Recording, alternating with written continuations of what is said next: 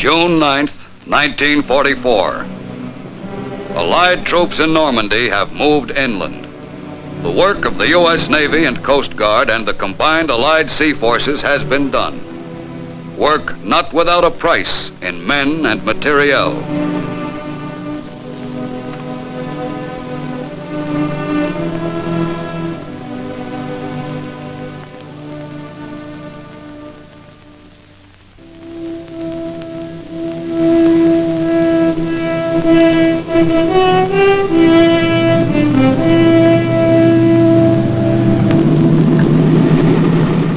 It all began many months earlier.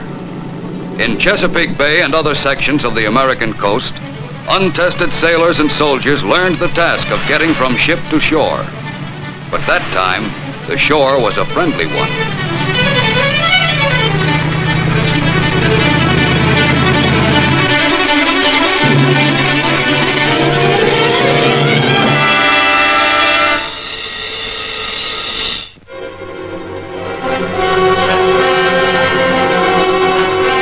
Then, with part of their training finished, they left the United States.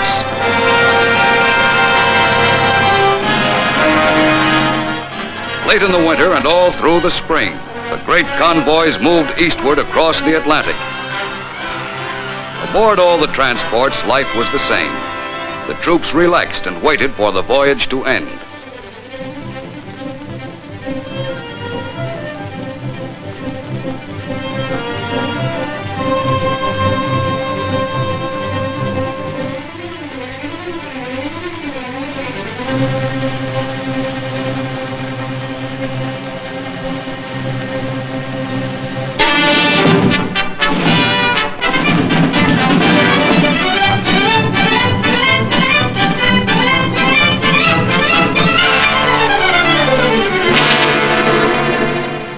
All along the coasts of Great Britain that spring, the training went on. Navy and Coast Guard landing barges practiced landing operations day and night.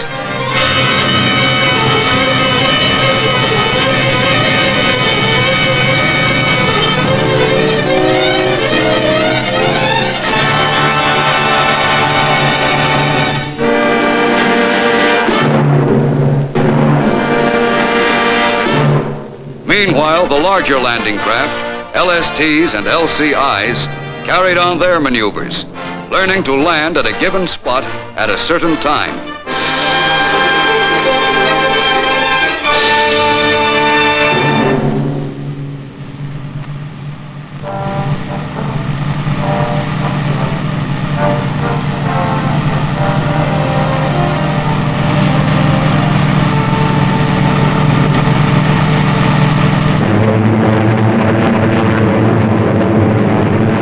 Through all the days of preparation, Allied planes, thousands of them, continued to soften enemy defenses and communications in daily raids.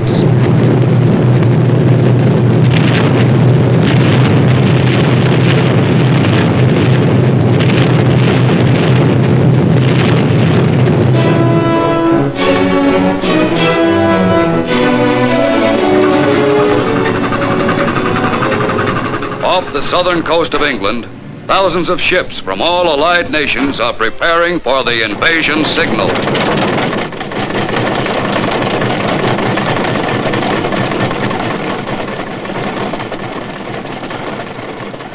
Navy and Coast Guard crews make last-minute preparations.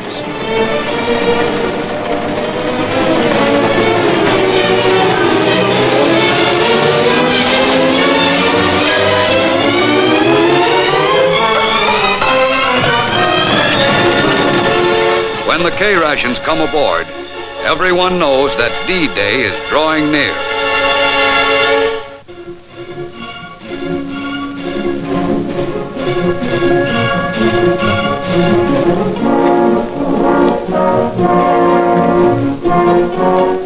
Somewhere in southern England, troops embark on LCVPs to be ferried to the waiting transports offshore.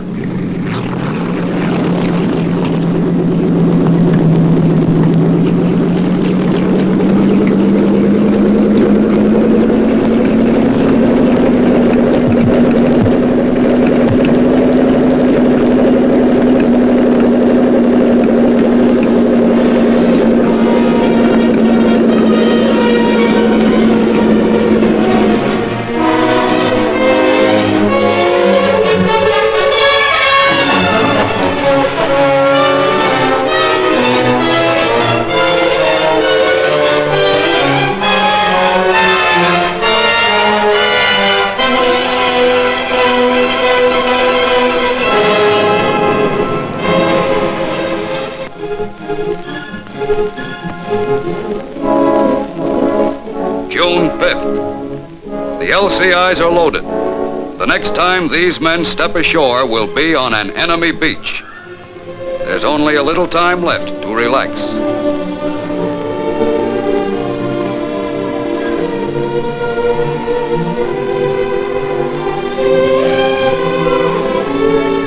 And the bombing attacks of the Air Force are intensified.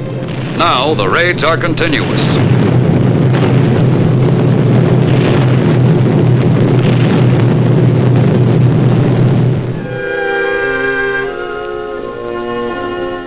At ports of embarkation, the troops prepare themselves for their greatest battle.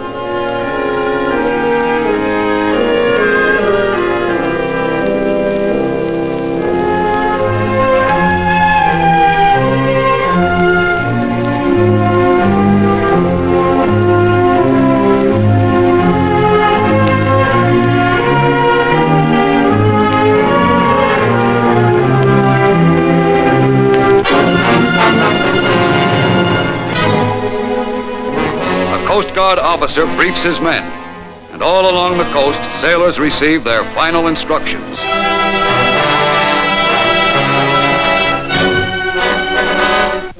At last, the ships leave the coastal waters and move out into the channel. The slow LSTs loaded with heavy equipment, the transports loaded with men.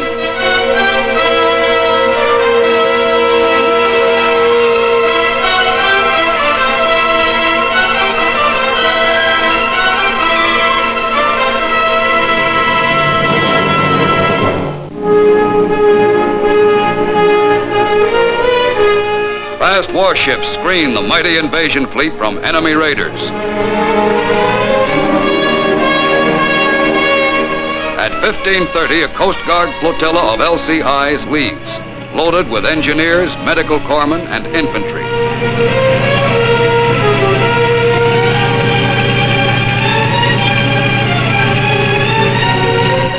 D-Day approaches, and the ships are in their assigned positions.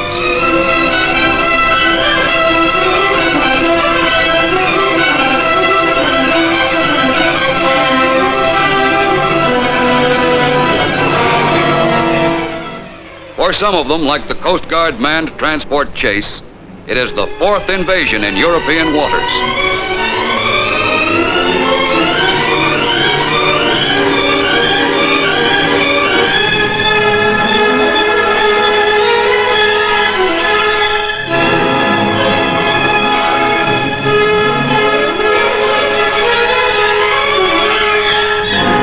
The only planes overhead are friendly.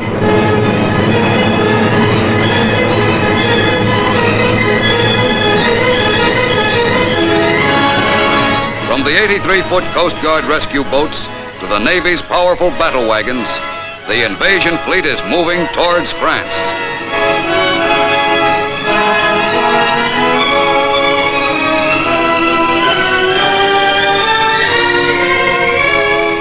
And below decks, officers study the maps that mark the invasion beachheads on the coast of Normandy.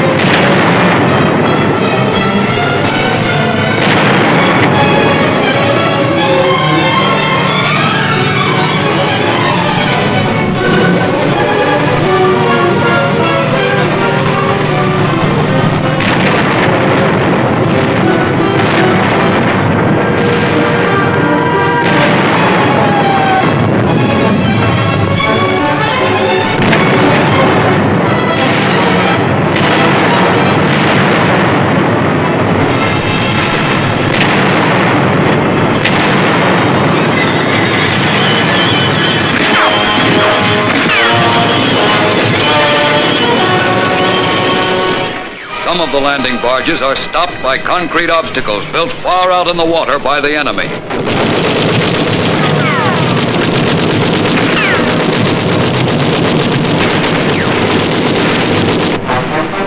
Offshore, the larger landing craft approach the beachhead slowly.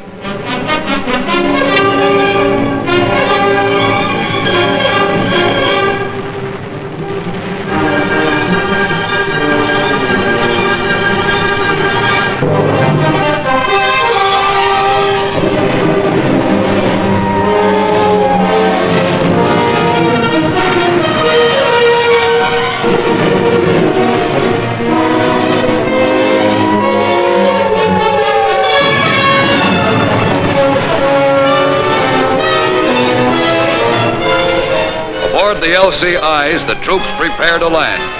The beach is still empty, and the crossfire of German guns still rakes the shore.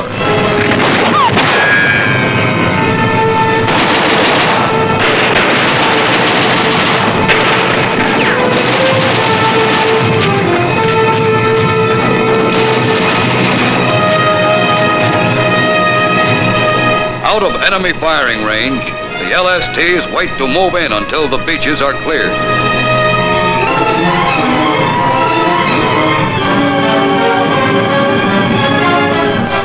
The arrival of motorized equipment marks the end of the first phase of the landing. The LCIs, their first loads of men now on the beaches, go out to the transports to ferry more troops inshore.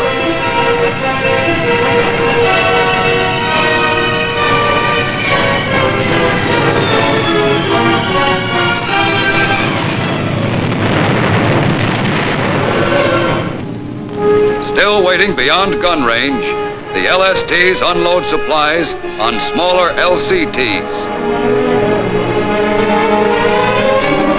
Heavier equipment is transferred to giant rhino ferries, flat-bottomed barges that will land it ashore. And reinforcements arrive, thousands of men.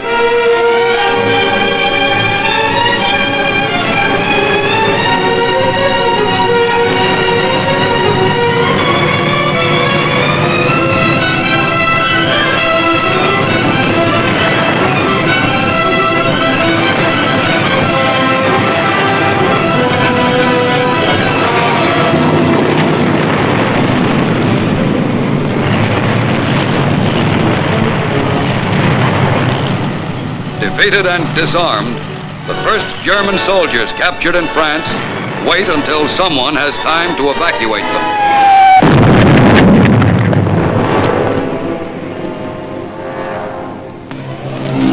Out in the Channel, the rescue boats of the Coast Guard are looking for survivors and aiding damaged vessels.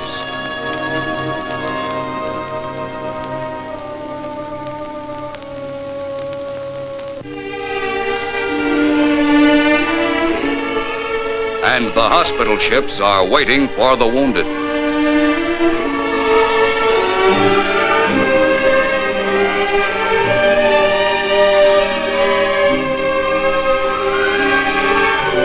From a damaged Coast Guard LCI, a wounded man is transferred to another ship. The life-saving blood plasma goes with him.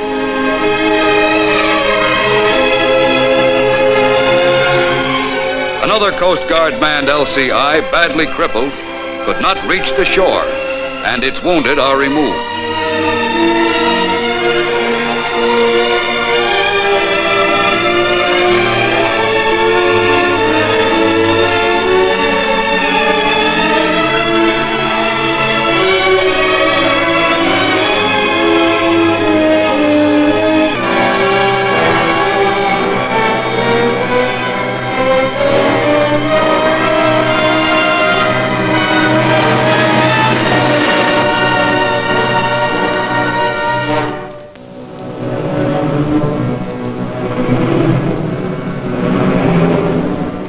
The beach is firmly in Allied hands now, and the vast extent of the operation is visible. Silent evidence of the fierce battle is apparent everywhere.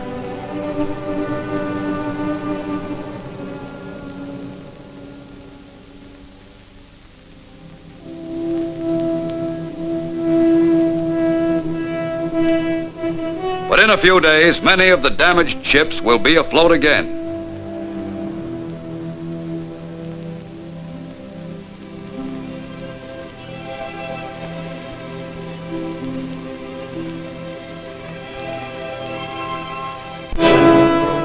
Now more and more troops move inland to push the enemy back.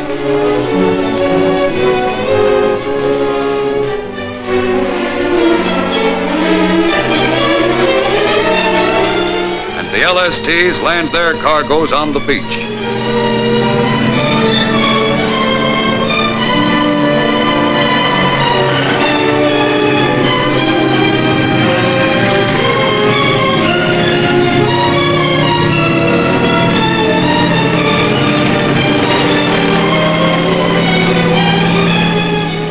Barges built especially for the Normandy operations are left on the shore to be unloaded.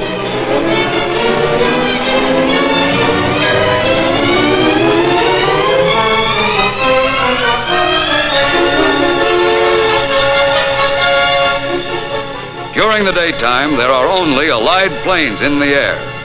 But at night, German bombers harass the beachhead and drop mines offshore.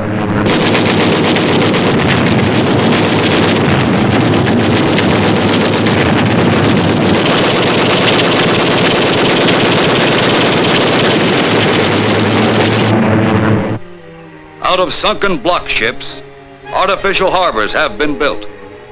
Until a port is won from the enemy, these must handle all Allied shipping. Bad weather came after the fighting on the beaches was over.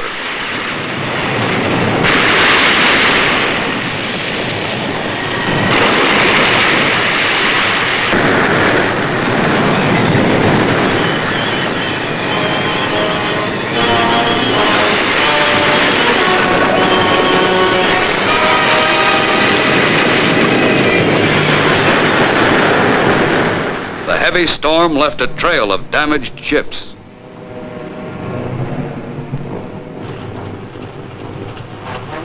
Once again, the landing barges moved out into the channel, this time loaded with German prisoners.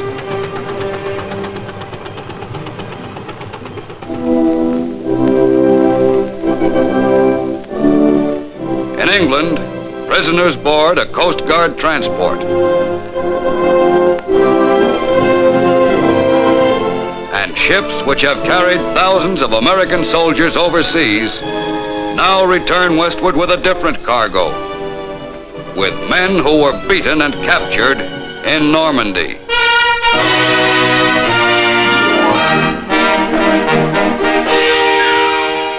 The Allies launched the biggest attack ever from the sea against a coastline heavily defended by German forces. It's the best chance to liberate Western Europe. But for the soldiers, even making landfall is a battle for survival. You've come all the way to Omaha Beach. Yet as you come off that landing craft, you don't make it this far. You're fighting for your life in the surf. This is the epic story of the 12-hour battle for Omaha Beach. They knew in their heart that they were doing the right thing, not only for their country, not only for their families, but for the whole world. But one of the biggest turning points in modern history hinges on some surprising factors and extraordinary tactics. It depends not just on manpower and advanced weapons, but on magicians and outlandish inventions, like tanks that can swim, exploding paratroopers, and on spies sending secret messages by pigeons. It's a battle where the lives of thousands of American soldiers hang on the accuracy of a weather forecast or the design of a parachute buckle. Yet despite ingenious tactical devices and strategies across 1,000 feet of exposed sand, the most powerful weapons of warfare are still leadership and bravery.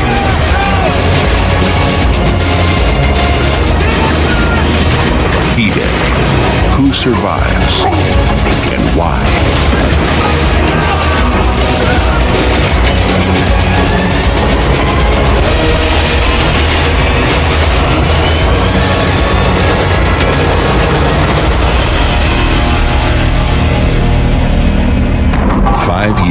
into World War II, the future of Europe hangs in the balance.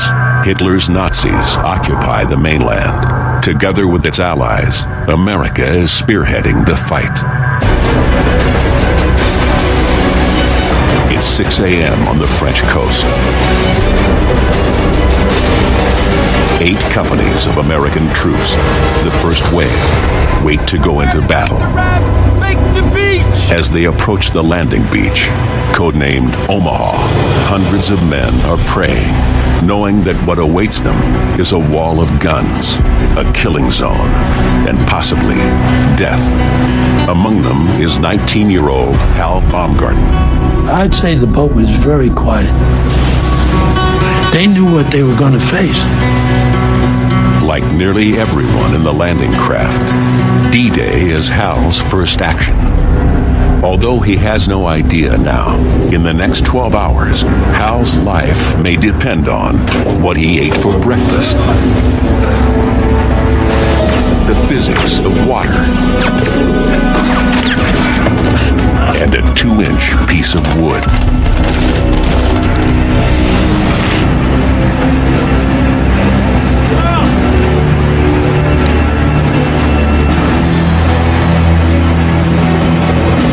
Just a year earlier, Hal was studying at New York University.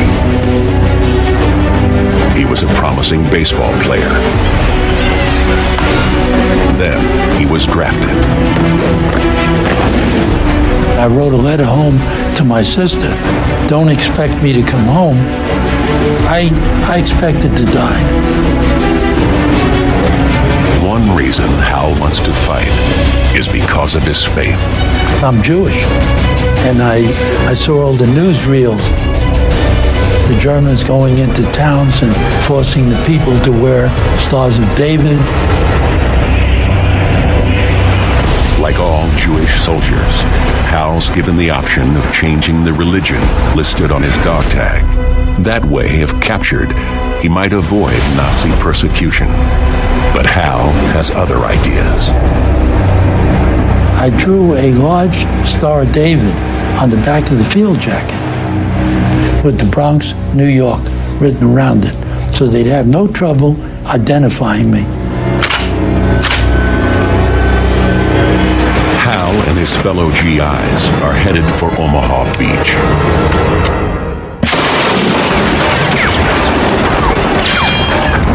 1,200 Germans have guns positioned on the dunes overlooking the shoreline. They're armed with the Nazis' devastating new weapon, the MG-42. It's the fastest firing machine gun in the world, double the speed of the American Browning machine gun.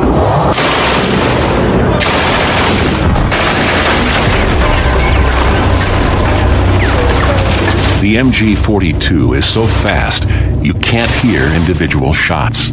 It's known as Hitler's zipper, making a sound like ripping cloth. Its speed comes from its revolutionary design. In any gun, bullets are locked in place by a bolt. But the Germans discover that if the bolt runs on tiny rollers, it increases the loading speed of the bullets. It means the gun can fire up to 1,500 bullets per minute.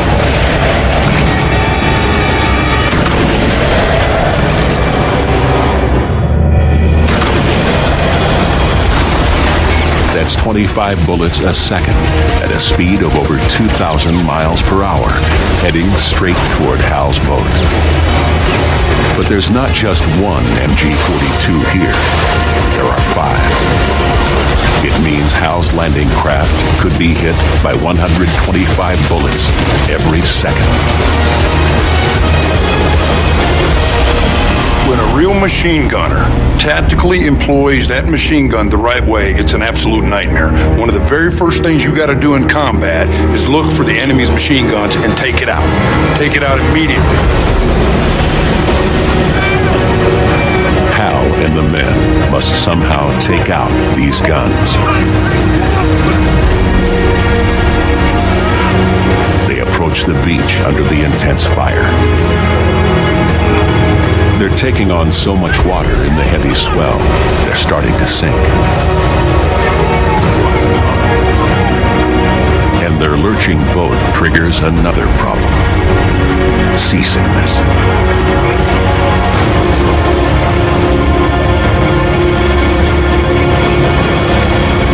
So when we're bailing out the water and the vomiters. Seasickness is a hazard for anyone traveling by boat. But here, it could mean death. And all because the Navy wanted to give the troops heading for Omaha a special treat.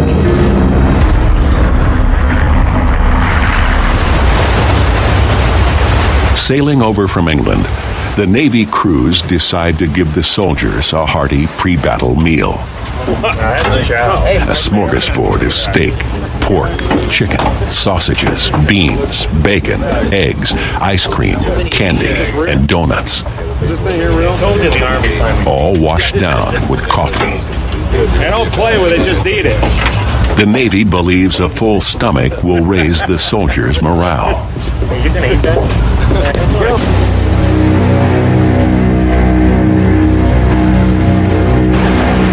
Hal skipped breakfast, eating only a chocolate bar. But for others, the morale-boosting feast is more like the last meal of the condemned. Seasickness, I'd say, affected their 60% of their ability to fight. Arriving at Omaha Beach, many of the men are debilitated. And it couldn't happen at a worse time.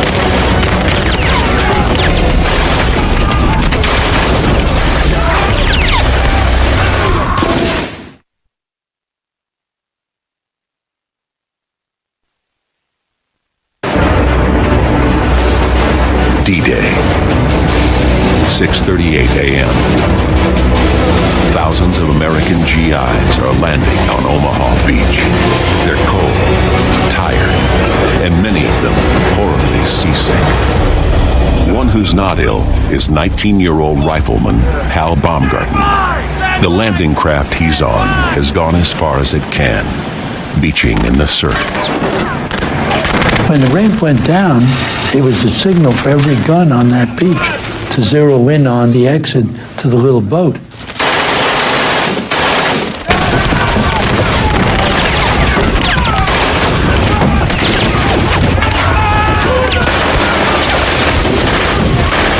German machine gun fire sprays the boat's exit ramp, cutting the men down mercilessly. The only chance of survival for the GIs is to do one thing they've been told not to do: jump over the side. And I dove in.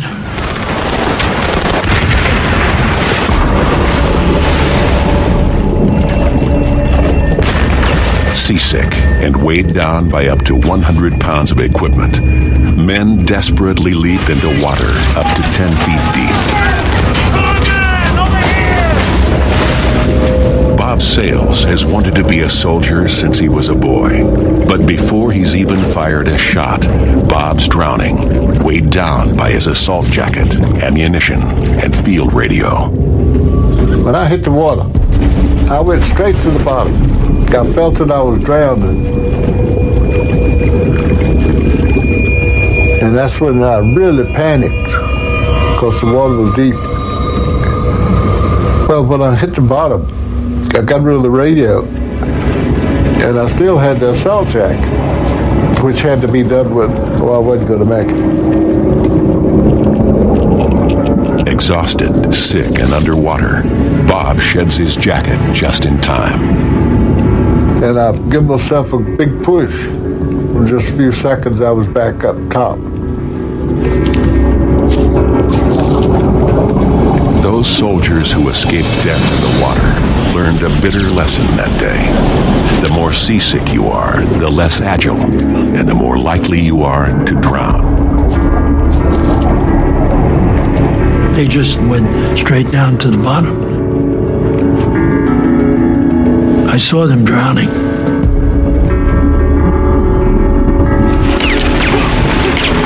Hal only ate a chocolate bar for breakfast and wasn't seasick. But like all the soldiers who haven't drowned, he faces another danger in the water. Relentless streams of bullets traveling toward them at 3,000 feet per second. Surviving this mayhem comes down to a surprising law of physics, because it's the water that can now save them. Behind the side of the tractor, basically. Okay, well, everyone's... Charlie Adcock is a ballistics expert carrying out an experiment to find out what happens when bullets from an MG-42 hit the water, and he's using 21st century technology to do it. What we've got here is a high-speed camera. He's going to slow time down effectively 120 times. Ben here is going to fire his MG-42, which was an automatic weapon that was fired at the GIs on Omaha, and we're going to see just what's going to happen. The bullet's travelling around about 3,000 feet per second. And what happens if it doesn't stop in the tank? Well, it's going to come out the tank and we're going to have to plug a hole and go for it again. Cock the gun. Yeah, I was going to say. Cock it, apply safety catch. So this is completely got it. 3, 2, 1.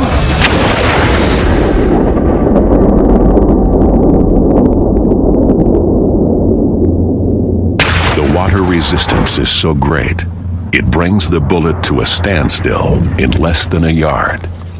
Basically gone from 3,000 feet per second down to 0 in 2.5 feet. Tops. At Omaha Beach, the margin between life and death is just a few inches. If the bullets hit the water within a foot of you, you're dead. Within a yard or more, and you're safe.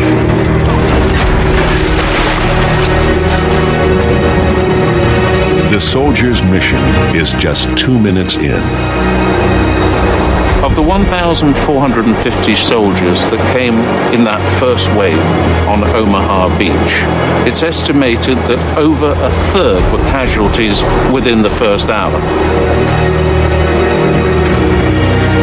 In just 120 seconds, these men have faced the most devastating machine gun in the world.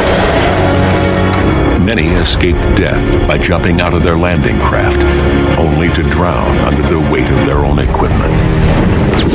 The survivors are those who were more than a yard away from where any bullets hit the water. Go, go, go! Hal Baumgarten's among the lucky ones. 2 minutes after landing at Omaha Beach, he's still alive. This was a horrible sight to me, and it was surreal because the water was popping up all around me. Shells were landing, mines were going off, with people being blown up in the air. But my number wasn't up. Hal's first 2 minutes at Omaha Beach were tough. So now I had to get onto the beach and do my job. Now it's about to get tougher.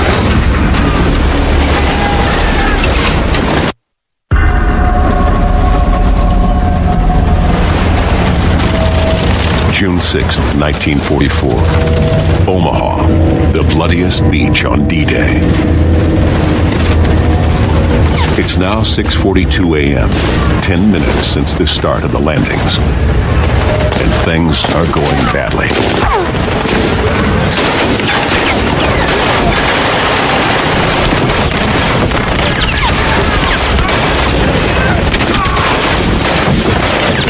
Hundreds of men in the first wave of the invasion have been killed or wounded.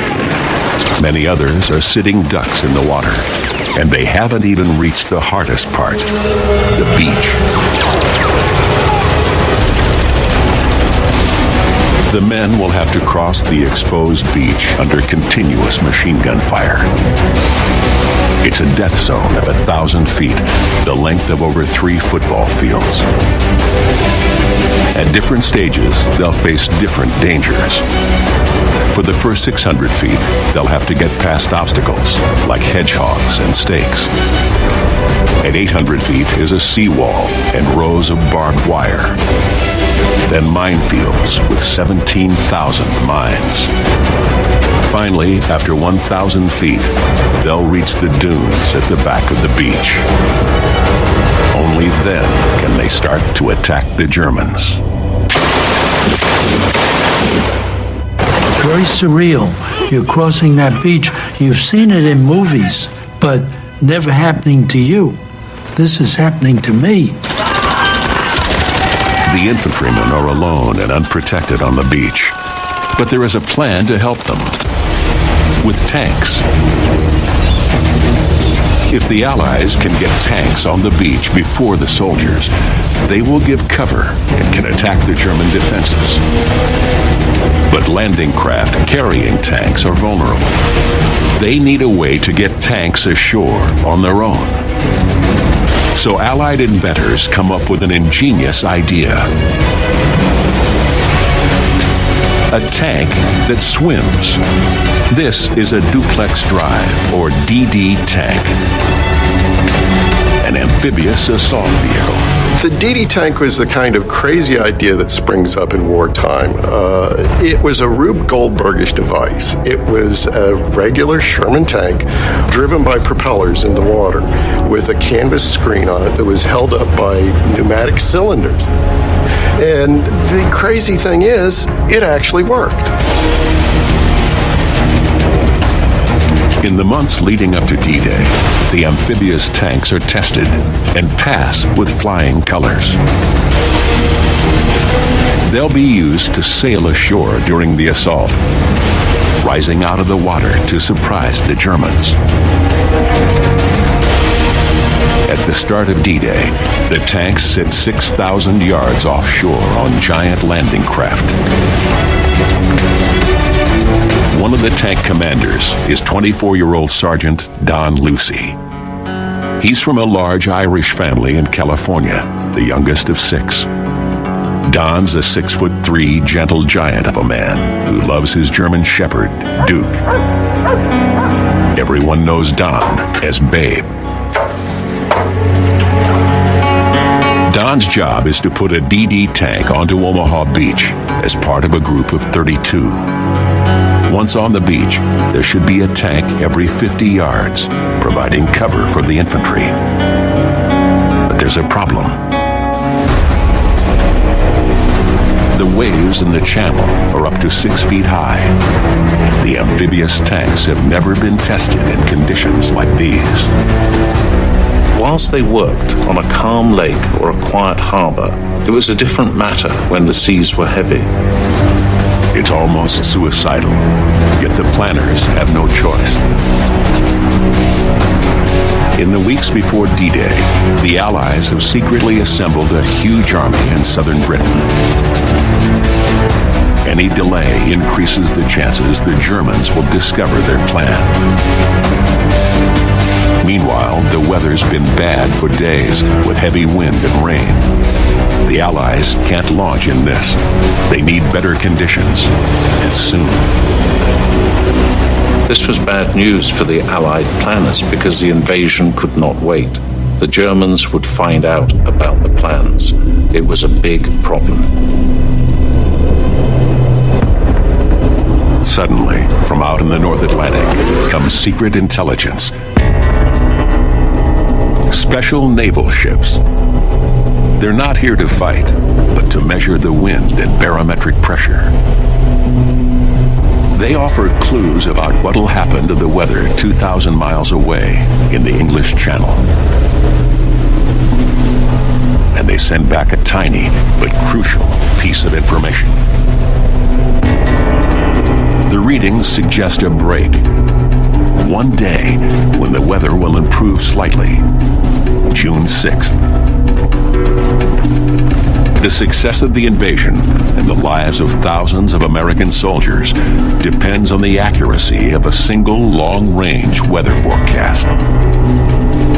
With the clock ticking, the Allied leadership takes a chance. On June 6th, the weather has improved, but the seas are still heavy. Into these waves, 3 miles from shore, Don Lucy's landing craft launches its DD tanks.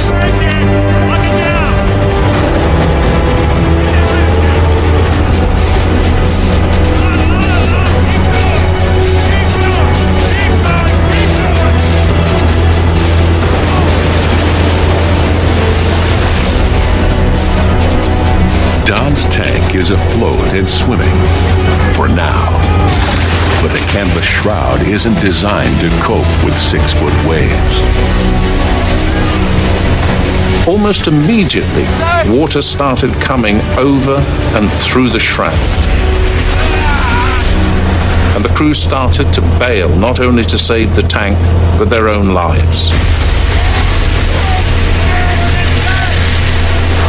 Once the shroud is breached, the water's impossible to keep out. The tank starts to sink. The driver to get out of a DD tank had to get out a hole like this. It's not easy. The crewmen are outside. They have a chance to get out. The driver doesn't. Of 29 DDs actually launched into the sea off Omaha Beach, 27 sink. Of the other tanks that reach the beach, most are destroyed. Because he wasn't in the tank, Don Lucy escapes. But 33 other crew members aren't as lucky. The failure of the amphibious DDs to make it ashore means the men on Omaha Beach are on their own. They'll now have to fight their way across the sand and take out the impregnable gun positions without the tanks to protect them. And they were going to lead us off the beach, but it wasn't to be. On the beach, the body count continues to rise. But it's not the only story unfolding at Omaha. 7 a.m. D-Day. A half hour since the landings at Omaha Beach started. 18-year-old German conscript Franz Gockel has been shooting at American troops continuously since the Allied invasion began.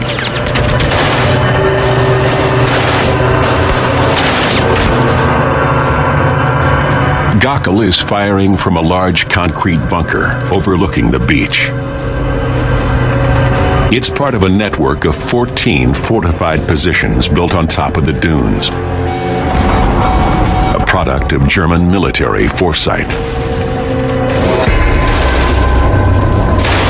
But how Gockel and the bunkers got here actually results from a battle of wits involving a little-known English stage magician and one of the world's greatest military tacticians. Gockel is one of 20,000 troops charged with defending Normandy. Just a year earlier, he was working for his father's company near the Ruhr Valley, repairing roofs damaged by Allied bombs. But like countless other Germans, he's been drafted into Hitler's war machine.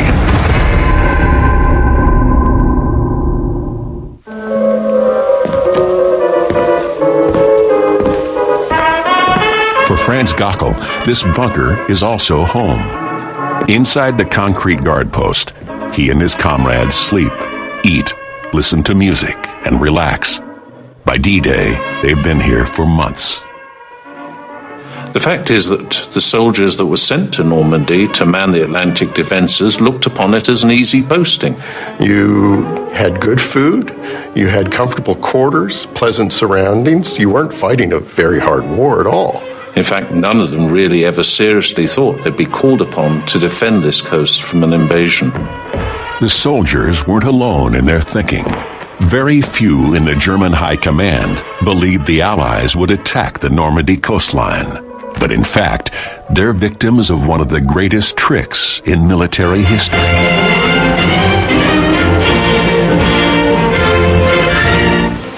I'm old enough to shave, you know. You might not. And this is the man who helped inspire it. And if you'll pardon me, I'll just take my medicine. Jasper Maskelyne is a professional conjurer and illusionist. Jasper Maskelyne was from a family of magicians, a long line, a dynasty, if you like, who'd been famous throughout the Victorian era. When war breaks out, Maskelyne wants to use his magic skills to help fight the Nazis. And there she is. And he's quoted as saying that, you know, if he could deceive people in a theatre who, you know, he had their undivided attention, he's in a bright spotlight, they're only a few feet away, that he was pretty sure he could deceive German observers who would be like a mile or more away. In 1941, during the Allied campaign in North Africa, Maskelyne gets a chance to help in the war effort for the first time. He joins a secret group called A-Force to develop covert military tactics. They're nicknamed the Magic Gang. You couldn't have had a stranger mix, really, of people. You know, there's everything from an art restorer, a painter, prop makers, that sort of thing you expect, but also, you know, a chemist, an electrical engineer, all kinds of things, and all their talents would come in different ways. In North Africa, the Allies need all the help they can get. They've been losing the campaign. Before the crucial Battle of El Alamein, they used deception to trick the Germans, courtesy of the Magic Gang. The Magic Gang does it with camouflage and illusion, making jeeps look like tanks and tanks look like trucks. They create a fake army and deceive the Germans into thinking the Allies will attack from the south rather than the north. And the trickery works. The Allies win at El Alamein, turning the tide of the North African campaign in their favor. In Egypt, the city of Alexandria is being heavily bombed in nighttime raids. The Magic Gang devises a plan to black out the entire city. Then they build a mock-up of Alexandria with fake nightlights 3 miles down the coast and fool the bombers into attacking an empty bay. Well, deception's always been used in warfare since time immemorial, you know, since the first fist fight when someone throws a fake punch, you know, that's deceit. But what Maskelyne and his gang did was kind of use up-to-date technology for a start. He was very much a man of his time in that sense, but also gave it a theatrical flair. By 1943, Allied planners realize Maskelyne's ideas can be put to even better strategic use. They'll hide the real landing site of the invasion of Europe by creating a fake one.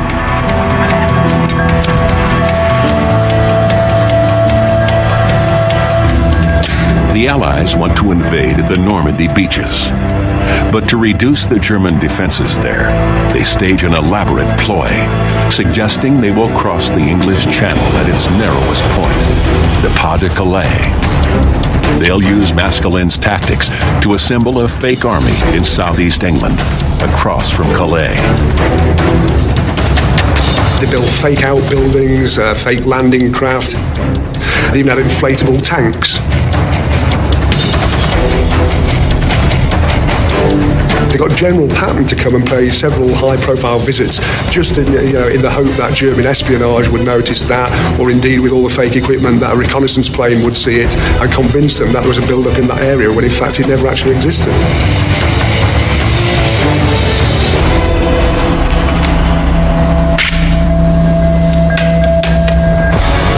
The Germans fall for the Allies' trickery. In the months before D-Day, the Nazi command moves most of its feared tank divisions and much of the infantry 150 miles away from Normandy to the Pas de Calais.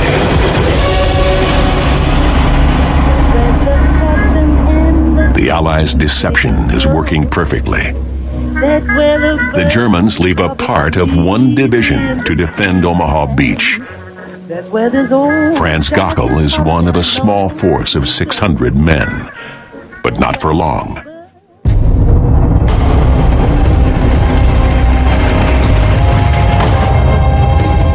Enter Erwin Rommel, commander of all German defenses along the North French coast. Rommel was a boogeyman for the Allies. He was a terrifyingly able tactician. He had an ability to get inside his opponent's mind. He was the devil, as far as some were concerned. The heart of Rommel's reputation is that he has fought in the desert with minimal resources and defeated the Allies time after time. Rommel isn't a typical soldier. He enjoys taking photographs. He loves animals, especially his pet dachshund, Ajax. He even plays the violin. Most important, he's a master strategist and skilled commander.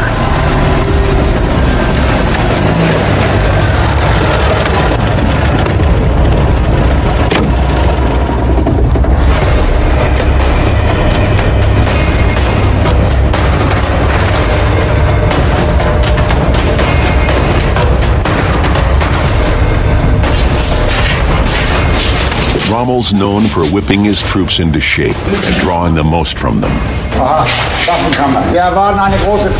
At Omaha, Rommel is instantly struck by déjà vu.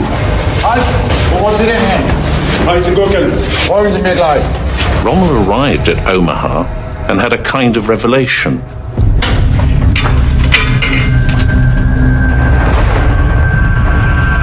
It reminded him of another beach he knew. It was Salerno.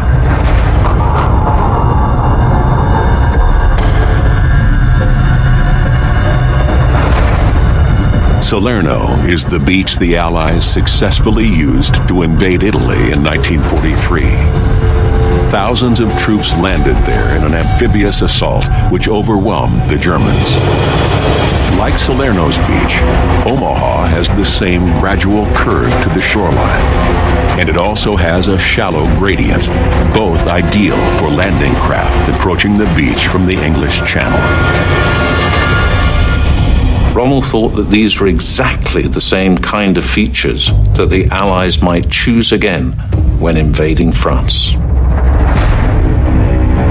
Based on this, Rommel decides to heavily reinforce the beach.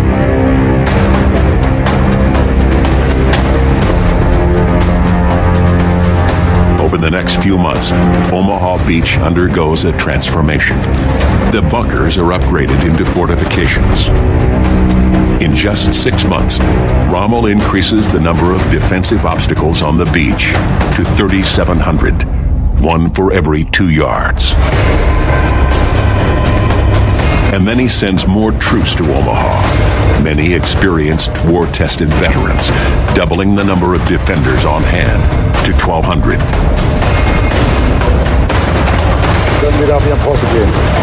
Rommel builds up a quiet coastal post into a formidable stronghold with fighting positions that overlook large sections of open beach.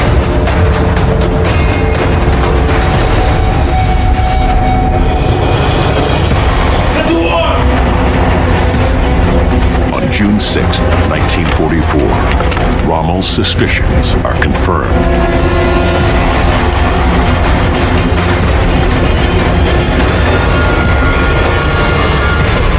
The men looking out from their pillboxes this morning must have been filled with a mixture of fear and excitement.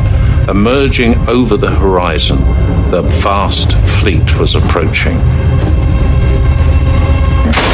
7:05 a.m., more than half an hour after the start of the largest amphibious invasion in history. From the newly reinforced fortification, Franz Gockel's firing as fast as his weapon allows. He won't know how many men he's killed until the corpses start washing up on the beach. Here on D-Day, life and death is being decided by a battle of wits. Initially, the Allies succeeded in concealing the invasion's landing point from the Germans. But Rommel's tactical genius wipes out any advantage they gain from this deception, with devastating consequences.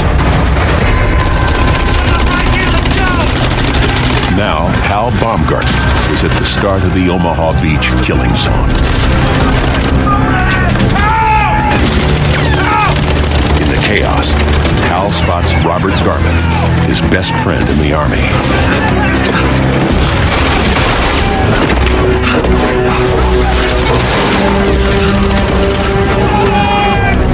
I looked down, and there was Robert Garment. And that really got to me because I had tears coming down. And the tears were bloody from my face. For the American soldiers, the early hours of the invasion of Omaha Beach is pure hell. But it wasn't supposed to be this way.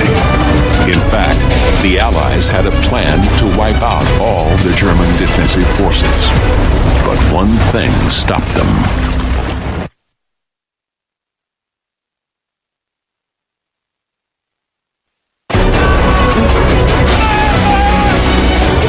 Hal Baumgarten is a 19-year-old GI from the Bronx.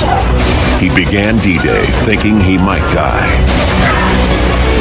Now, 30 minutes after the invasion starts, he's sure he will. It's 7:10 a.m. Hal's at the start of a 1,000-foot-long killing zone on Omaha Beach. Between him and his objective, the dunes at the back of the beach, are 3,700 defensive obstacles, thickets of barbed wire, and 17,000 landmines. To survive, he must evade them all, while under a constant barrage of machine gun fire from the cliffs. What is interesting in standing on the beach here at Omaha is there is absolutely no cover at all. There might have been a few obstacles on the beach, or being able to shelter behind your dead comrades, but meanwhile the German gunners from the cliffs up there would be firing at you. It must have been horrendous. Hal must run the deadly gauntlet without any covering fire. Around him is not only violence and carnage, but madness. He sees a soldier he recognizes.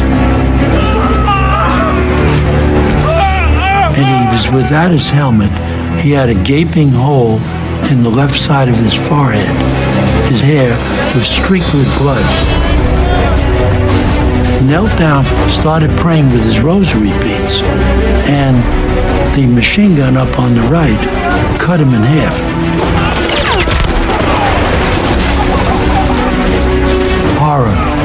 Horror to see the body parts of people that we all knew.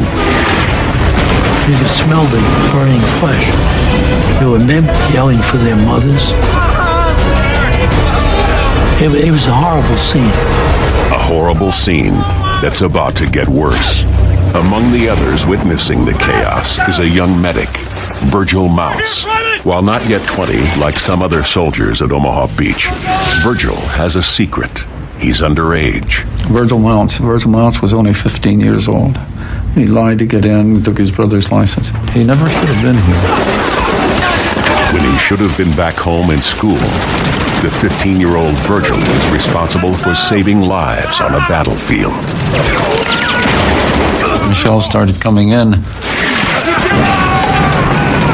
Under heavy artillery fire, Virgil's job is to patch up injured men so they can keep fighting. I called for medics to help him, and Virgil Mounts went over.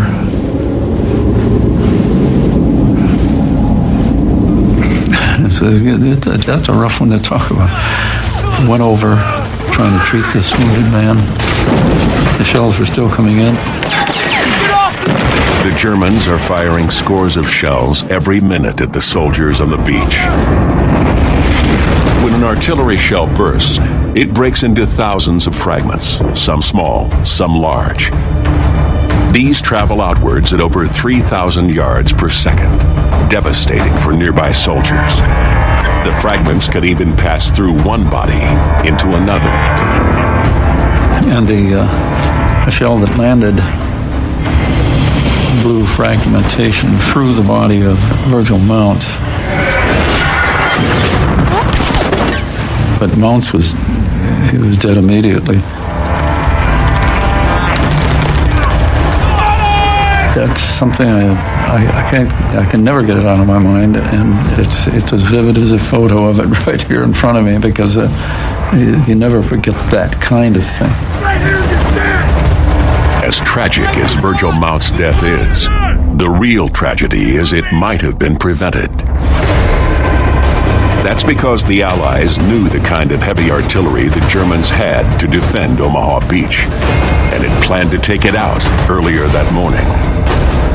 At the back of the cliffs, the Germans assembled a vast arsenal of weapons.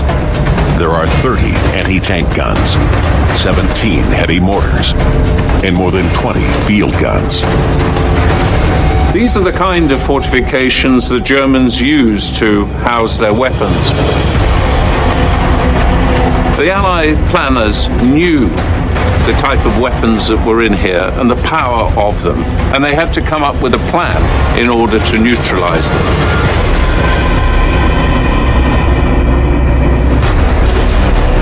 Early on the morning of D-Day, Allied planes depart to bomb the German defenses at Omaha Beach. 446 planes, armed with 13,000 bombs, equal to 1,000 tons of explosives. It promises to be the greatest example of precision bombing in history. The Air Force boasted they were so accurate, they could hit a pickle barrel from 10,000 feet.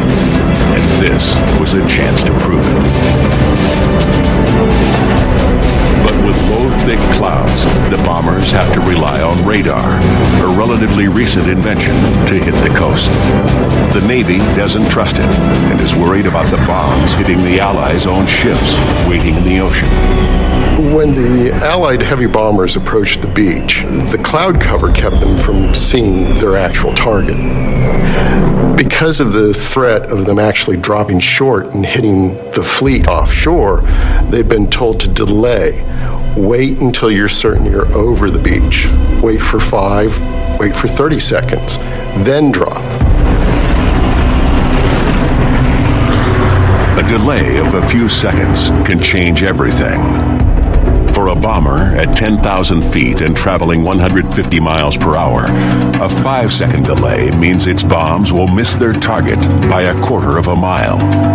A 30-second delay, and it misses by 1.5 miles. 13,000 bombs were dropped that day, but incredibly, not a single one hits Omaha Beach or the guns overlooking it.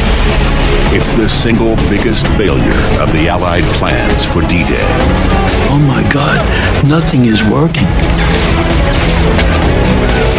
It was going to be one of the worst days. Hal Baumgarten is at the start of the flat, exposed beach.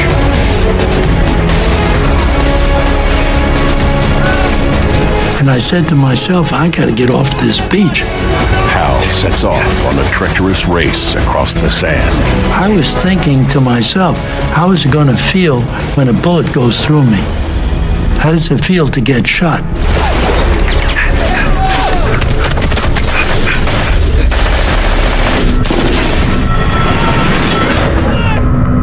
And I heard a loud thud on my right front.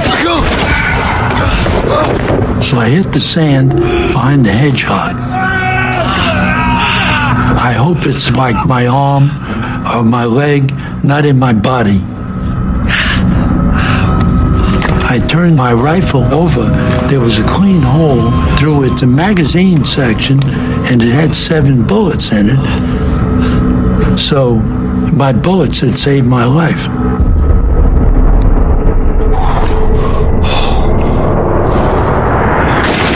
Saved by a magazine of bullets.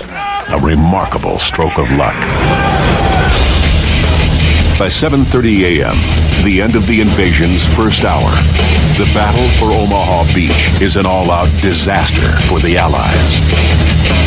But as bad as it is on the beach, 4 miles up the coast, other American soldiers, elite forces, have embarked on a suicide mission, the most dangerous of D-Day.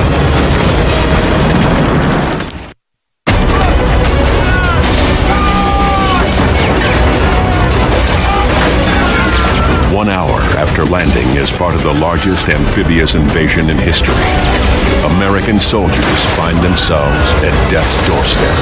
On blood-soaked, corpse-strewn Omaha Beach, the Germans are proving a far tougher enemy than expected. Along the coast are a number of large weapons hidden high on a rocky outcrop. Among them, 5 huge 155mm German artillery guns, which can obliterate anything within 15 miles. They can pummel Omaha and nearby Utah Beach, as well as demolish Allied ships arriving to support the invasion.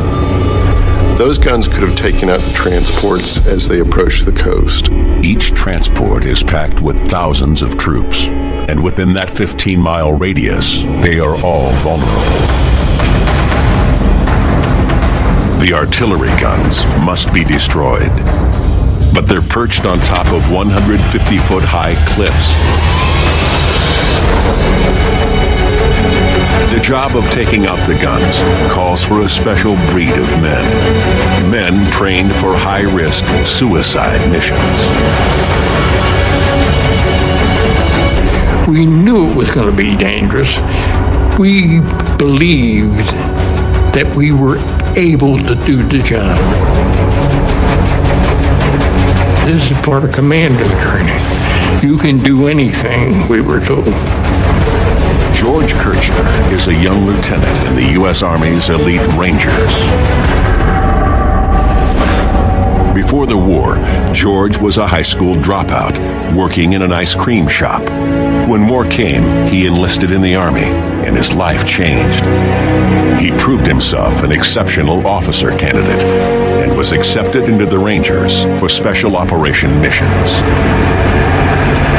During his 6 months training, George kept a secret from his pals, fearing it would cost him his place in the elite unit. But now, just moments before landing at Omaha Beach, he discovers he's not the only one.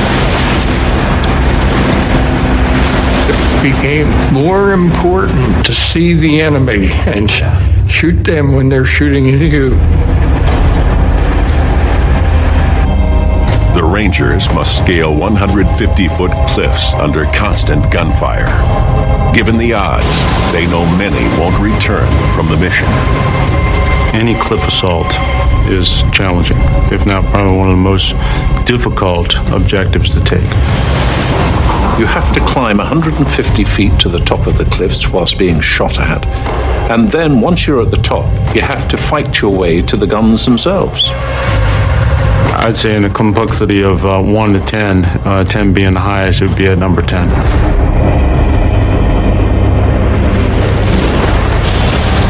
To help the men in this impossible task, the Rangers have special equipment. While they were training back in England, they were building rocket-powered grapnel hooks fired from mortar tubes. For months they'd been practicing firing these up cliffs and then climbing up the ropes. But their practice never involved them being the targets of machine gunners and snipers, firing constantly at them. The Rangers' first job will be to cross the beach to the cliffs. The machine gun on our left, up on top of the cliff, opened fire on us as we got out of the landing craft. And 2 of my men right next to me were wounded badly. I got shot through the side. The medic looked at it and said, I'll patch it up, it'll be all right. You didn't hit anything important. We're never going to do this thing. I turned and I said, this is a big mistake. We're never going to get up those cliffs. With bullets showering them from above, the Rangers return fire and set up their secret weapon, a rocket-powered grappling hook. But at the crucial moment, the launch fails.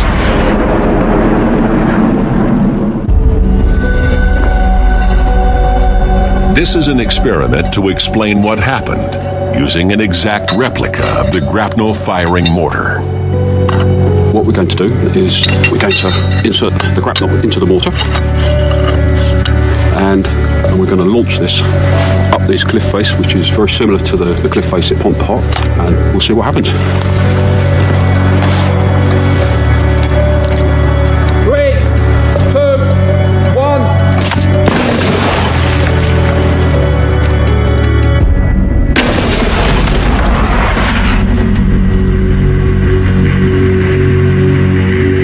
Like the mortars in the Rangers' training, this one fires the grapnel and rope over 150 feet up the cliffs. But on D-Day at Pointe du Hoc, there was a crucial difference. That morning, the Rangers wait over 3 hours in the landing craft before going ashore. During that time, the ropes are sprayed with seawater. What we're going to do here now is we're going to soak this rope down with water so that we can reproduce the actual conditions that happened on that day.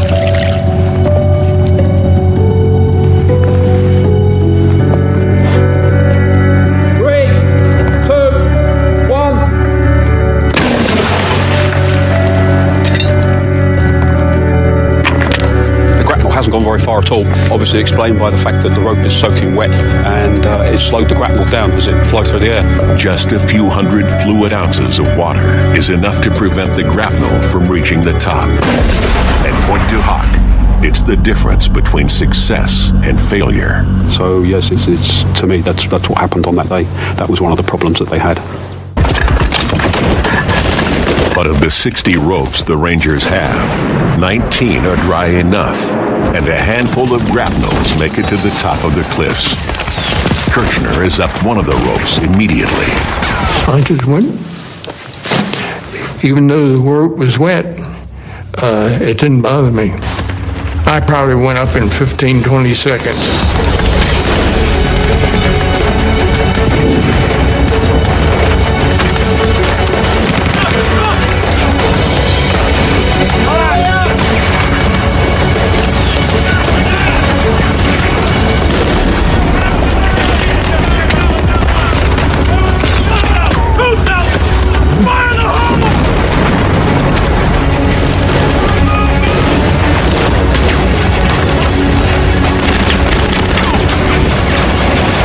Top of the cliff, the battle continues.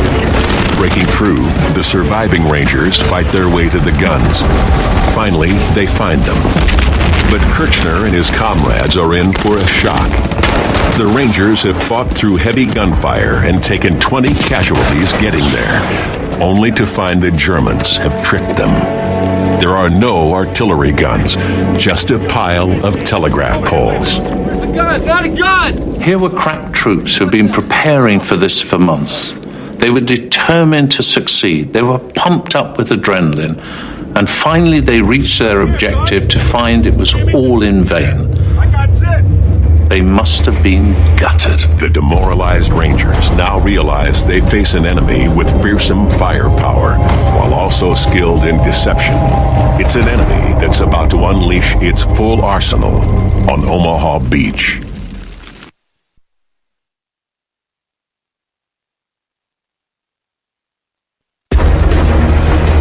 8 a.m., D-Day, Omaha Beach. Thousands of American soldiers are pinned down by intense enemy fire.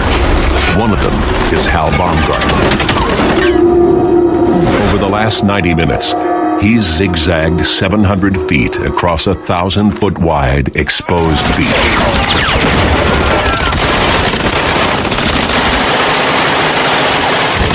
Along the way, he's seen men cut down by machine guns, nearly drowned, while he's escaped death by inches.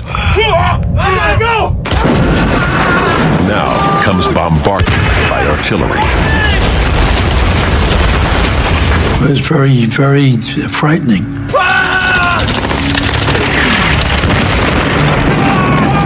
Shells are more frightening than if you're shot at with a machine gun,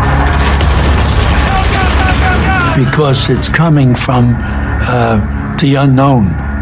You know, you don't know where it's going to land, whether your number is on that shell, so it's frightening. But I looked up and I cursed them, and just when I did that, an 88 millimeter shell went off in front of me. Hal is hit by the round. Artillery fire kills and injures in two different ways. One by shrapnel, hot metal debris flying at 7,000 miles an hour. An artillery shell, when it impacts, it's just going to throw hot shrapnel everywhere. It's like 1,000 different bullets going all over the place at one time, and it'll cut through human like a hot knife going through butter. Shrapnel is the clearest danger posed by artillery. In fact, my own father, Eric Ashcroft, was injured by shrapnel when he was landing on Sword Beach, another D-Day beach, that same morning. Another way artillery kills is acoustically, the release of a concussion wave. This is nothing more than the super-compressed air being pushed outward at thousands of feet per second. But if you're a soldier on the beach, it's devastating. I used to be a catcher. Once in a while, somebody would hit me with a baseball bat. That's what it felt like. It does not even have to hit you. Just the initial wave of that blast could literally start knocking your insides all around to the point where you could die and not even knowing that you're dying. Nobody would even be able to tell that you were hit. While he survived, the shrapnel and concussion wave have nearly ripped Hal's cheek off. At 8:30 a.m., just 2 hours after the start of D-Day, the American attack on Omaha Beach is in disarray. Defeat seems certain. But behind the German lines, a group of brave civilians are waging a clandestine fight. The French resistance. In the months before D-Day, the French resistance start to increase their intelligence gathering operation about German troop movements in order to feed it to the Allies. Resistance spies focus particularly on the new defenses the Germans build along the D-Day beaches. But it's risky business. There are almost 200,000 Nazi troops looking for any hint of spying. So the French resistance have to start to be creative in the way they go about the intelligence gathering operation. Artist Robert Duan helps by painting landscapes, placing hidden meaning in his images. He's secretly mapping the German coastal fortifications. Resistance agent Jean Marion sends messages to the Allies via homing pigeon. France to London in just 4 hours. As D-Day approaches, the resistance members step up their action, sabotaging German communications. They destroy telegraph lines and blow up trains.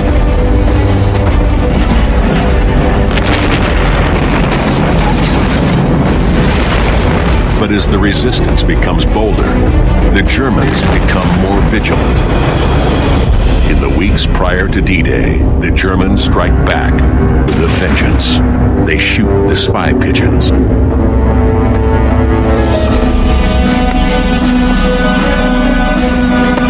Then they round up the members of the resistance and shoot them too.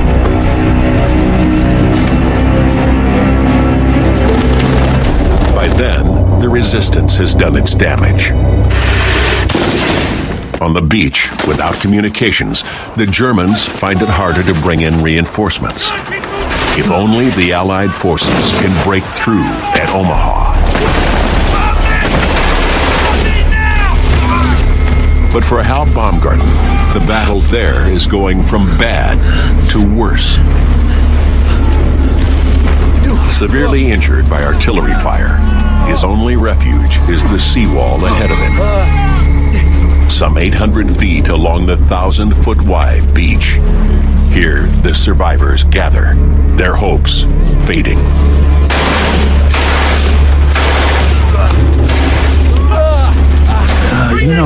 We were a proud outfit. Well-trained, well-disciplined. We thought nobody could defeat us. there were these guys stacked up, dead. And of course the blood was all over the place. And the body parts, it was horrible.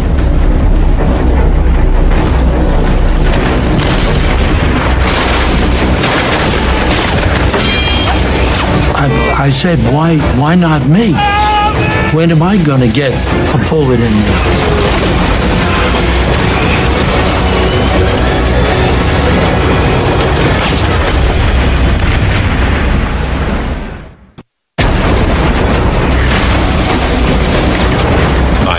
a.m., Omaha Beach. 3 hours into the D-Day invasion. The American assault is disintegrating under the rain of German bullets and bombs. Among those struggling to survive, 19-year-old Sergeant Bob Slaughter. I was a student, and I hadn't finished high school.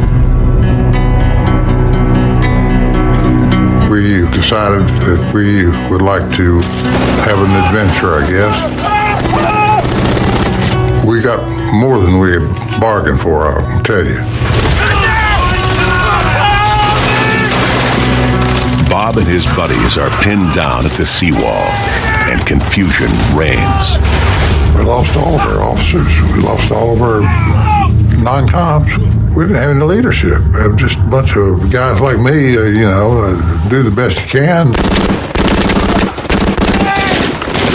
The men are hemmed in from two directions. Ahead of them, relentless German fire. Behind them, the fast-approaching tide. By 9:30, the sea covers most of the beach, squeezing thousands of desperate men onto a narrow strip of land barely 10 yards wide.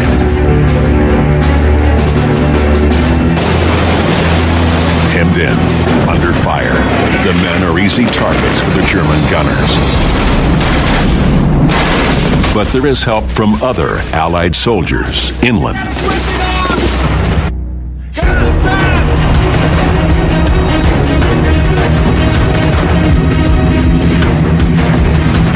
The night before D-Day, more than 1,200 planes lift off for Normandy. The Allies want to protect the infantrymen on the beaches from a German counterattack.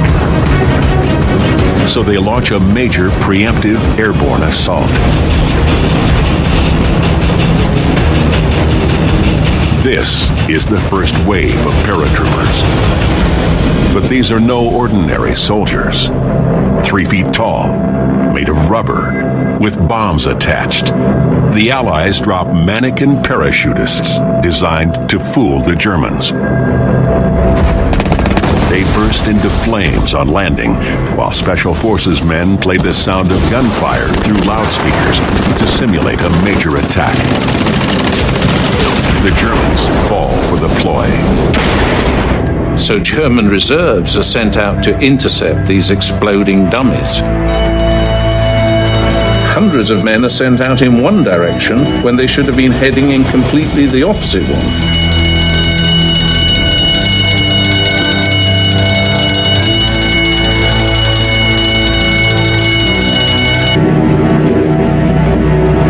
Now it's the turn of 13,000 real paratroopers.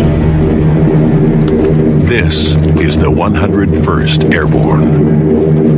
Pat Macri is a 20-year-old paratrooper. By the time he returns to England, 1 in 5 of his comrades will have been killed or wounded. Pat's plane nears the drop zone.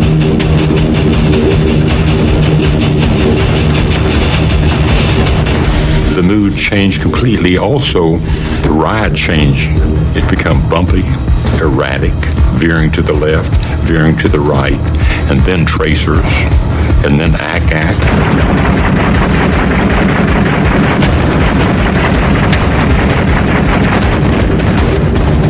Stand up! Hook up! Stand up! Hook up! Stand up! Crossing themselves, saying prayers, realizing that this is it. Check the man on the front of you and you hit him on the back. It's okay! I'm okay! We're okay! Is everyone okay? Hell yes.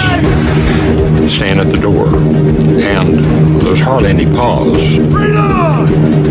Go!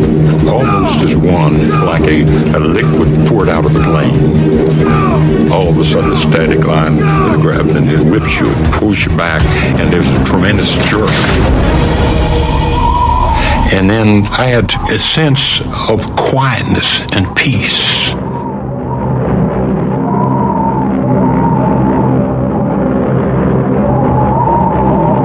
What Pat doesn't know is that the greatest danger the paratroopers face is from something they're wearing. And a scheme conjured up by German commander Erwin Rommel. To make it harder for the airborne division of an invasion force, Rommel orders the Germans to flood hundreds of square miles of fields by damming two major Normandy rivers.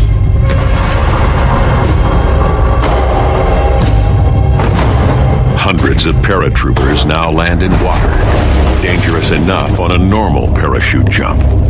But these soldiers are each carrying over 100 pounds of equipment.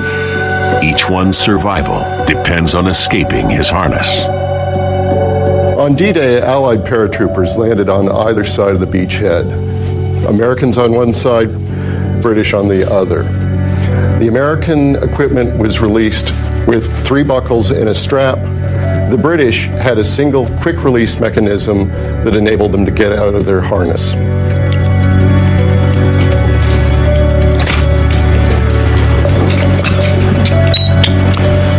The British paratrooper got out of his harness in just over 5 seconds, while the American paratrooper is still fighting to get out of his. The parachute entangles the men. The harness is now a death trap. You had to clear yourself of the chute, because the chute could collapse over you. If you did nothing in a few seconds, that would be the end of your life. There was no quick release. You have to reach down and release this leg and that leg. It was a tremendous hazard. Of the 13,000 paratroopers who jump, hundreds drown. We lost a lot of soldiers, good people. For many soldiers, the design of their buckle is the difference between life and death.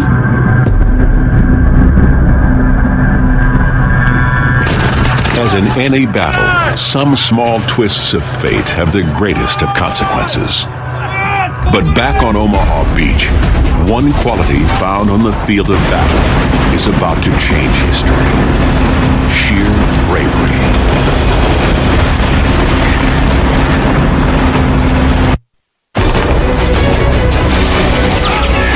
10:30 a.m., D-Day. The invasion of Normandy at Omaha Beach is collapsing. Thousands of American soldiers are dead or wounded from German bombs and bullets, as well as from seasickness that weakens them before battle.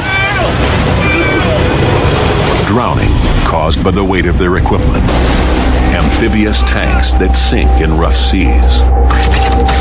And parachute harnesses that don't release underwater. The soldiers fighting back face incredible odds. On the beach, injured Private Hal Baumgarten sizes up the situation. I thought we were losing. It was just a matter of time. And begin to cross by 9, maybe this invaders fail. But one man has been watching from offshore. He sees that without leadership and belief, the mission at Omaha Beach will fail. At 51, he's the oldest soldier there. General Norman Dutch Cota. He's from a humble background. In the Army, accepted to West Point, he excelled. Later, he married Eleanor Roosevelt's cousin.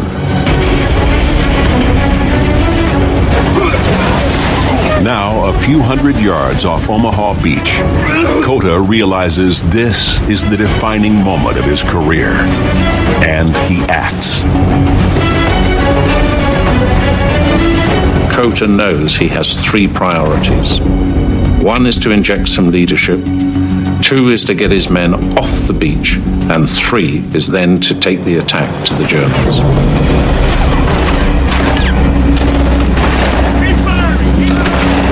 Once ashore, Cota takes control. Suddenly, some of my men, they said, "Hey, Captain, look at that guy down there." And I looked down the beach about 100 to 150 yards, and here was a man waving a cigar, and he was yelling at people on the beach. It was hard to believe that somebody was running across that beach, because the beach was still active with firing. Even at that range, he looked a little rotund compared to most of us, and we said, "Wonder what he is." The man was fearless.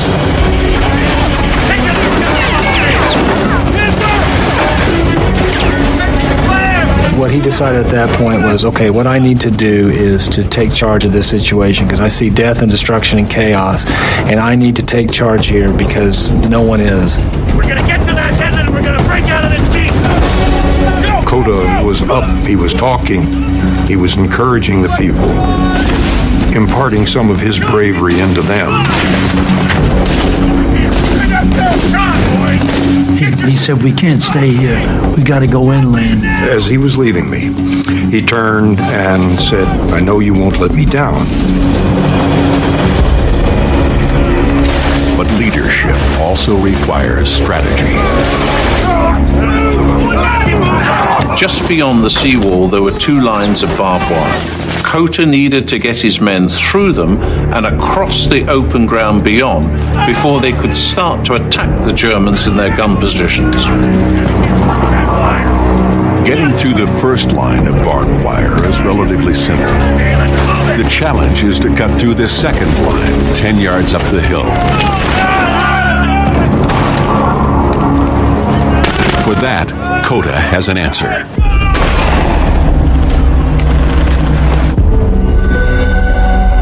Right, what we've got here is a Bangalore torpedo. This is just like the ones the Rangers used on the beach in 1944.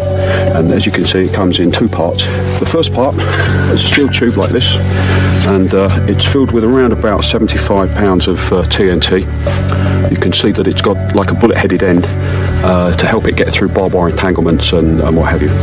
This is the second bit, and as you can see, this part will slot into the end of this one and join it together to help it push through the defences you're going to blow.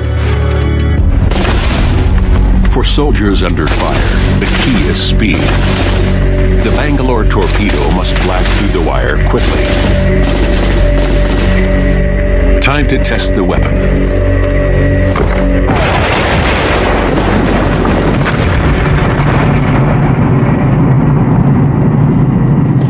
Well, the Bangalore torpedo has blown a channel right through our barbed wire entanglement, actually blasting both sides of the barbed wire, either side of the channel. We can actually smell the explosives on it. You can see the discoloration, and it's just cut it. It's gone.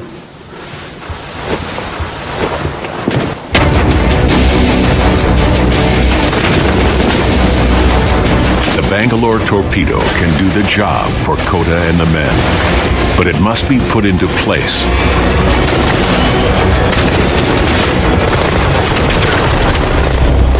And the first men to try to do it have just been killed.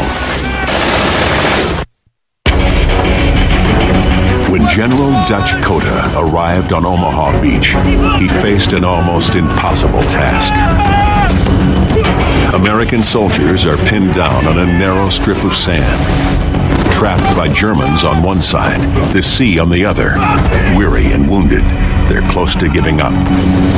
Now Cota must inspire them to believe they can win the battle. To get off the beach, they must climb a hill and cut through barbed wire, a job that's already cost him lives.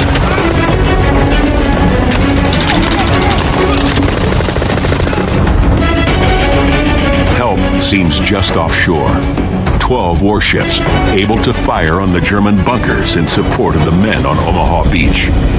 The captain of one ship, James Sims of the USS Frankfurt, wants to help, but can't.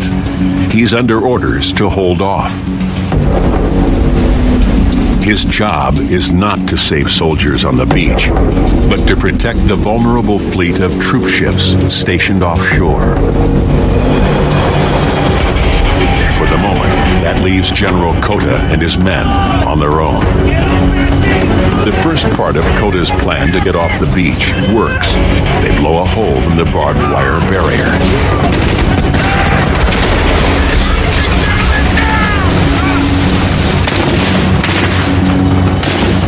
But waiting near the top of the hill for them is an MG-42 machine gun, firing 25 bullets a second.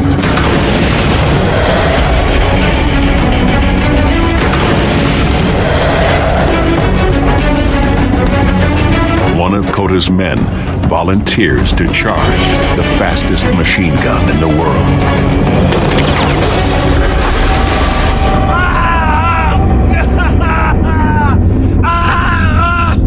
Imagine you're Cota. For the second time, you found yourself in a moment of crisis. One man is shot, screaming in agony. Your other soldiers watching on, their resolve wavering.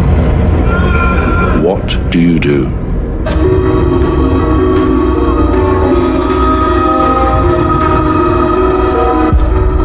That general knew that he was in command at that time and that he needed to make something happen or they were all going to die. Cota shows his resolve with a now famous remark. Gentlemen, we are being killed on the beaches. Let us go inland and be killed. He then deploys the best weapon at his disposal. Leadership. And is the first to run up the hill.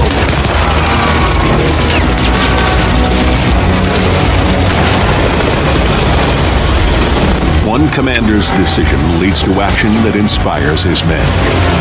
It will prove a major turning point in the battle for Omaha Beach.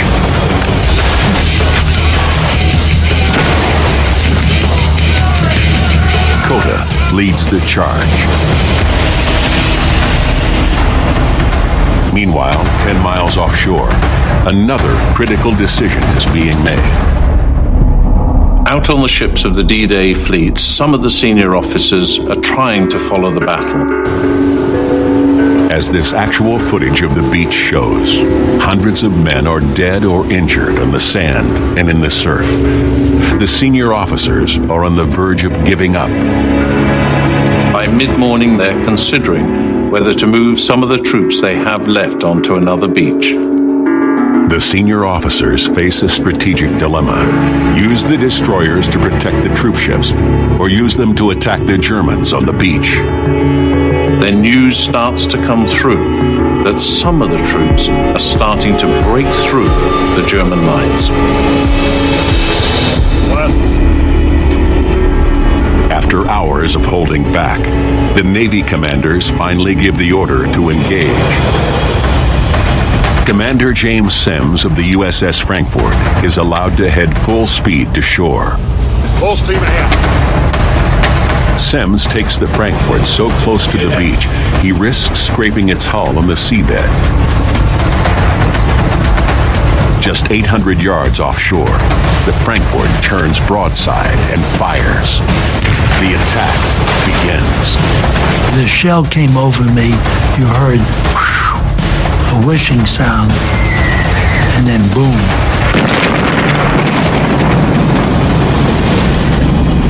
You could hear the destroyer boom, boom, boom, boom, boom, boom, boom.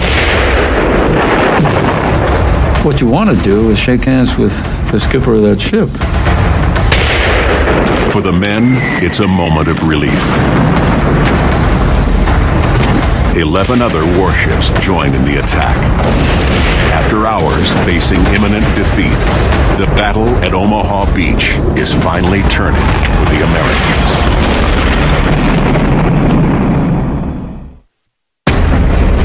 D-Day, Omaha Beach. A time and a place where the smallest decision could make the difference between life and death. In the boats offshore, do you eat a full breakfast? If you do, it could mean crippling seasickness and drowning before you even get to the beach. There's an awful irony. You've come all the way to Omaha Beach to come and fight for your country. But yet as you come off that landing craft, you don't make it this far. You're fighting for your life in the surf. And once in the water, the difference between a bullet killing you or missing you is just inches. What seems so extraordinary is that if a bullet hits the water within a foot of you, you're dead. But if it hits the water within a yard of you, you're safe. But D-Day almost never happened. For days, violent storms make the seas too rough for an amphibious landing. Weather forecasters are desperate for a break. Then comes a new piece of secret information from out in the Atlantic. The reading suggests there may be a short gap, a single day, when the weather improves slightly. So the lives of thousands of American soldiers is wagered on a single weather report. Then there's the beach, a mere 1,000 feet wide, short enough to cross in less than a minute if it wasn't for this, the MG-42, and its speed comes from a tiny but revolutionary innovation. In any gun, bullets are locked in place by a bolt, but the Germans discovered if the bolt runs on tiny rollers, it massively increases the speed at which bullets can be loaded. It means the gun can fire at 1,500 bullets per minute. The MG-42 has turned Omaha Beach into a 1,000-foot stretch of carnage. Some never make it across. For others, it takes hours. The difference between life and death can be as slim as the butt of your gun. I turned my rifle over. There was a clean hole through it, the magazine section, and it had 7 bullets in it. So my bullets had saved my life. Further inland, once again, small things often have the greatest impact. A poorly designed parachute harness means many U.S. paratroopers drown in flooded fields. Imagine what it's like. You're wearing a harness that even if you're on dry land would be difficult to get out of. Terrifying. But in battle, bravery can still overcome twists of fate. General Cota and his men have broken through. The man was fearless.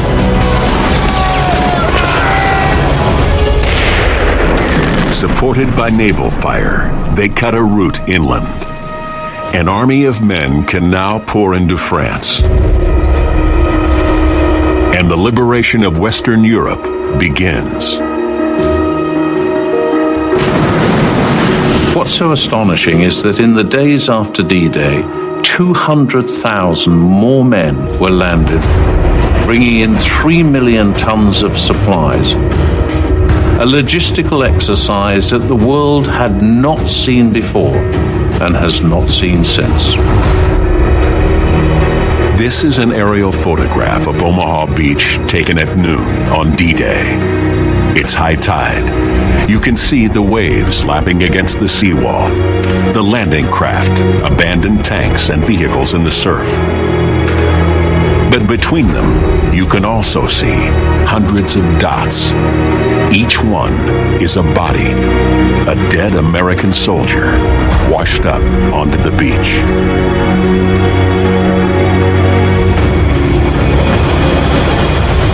During the next 24 hours, Rifleman Hal Baumgarten is wounded on another 4 occasions, 5 times in all.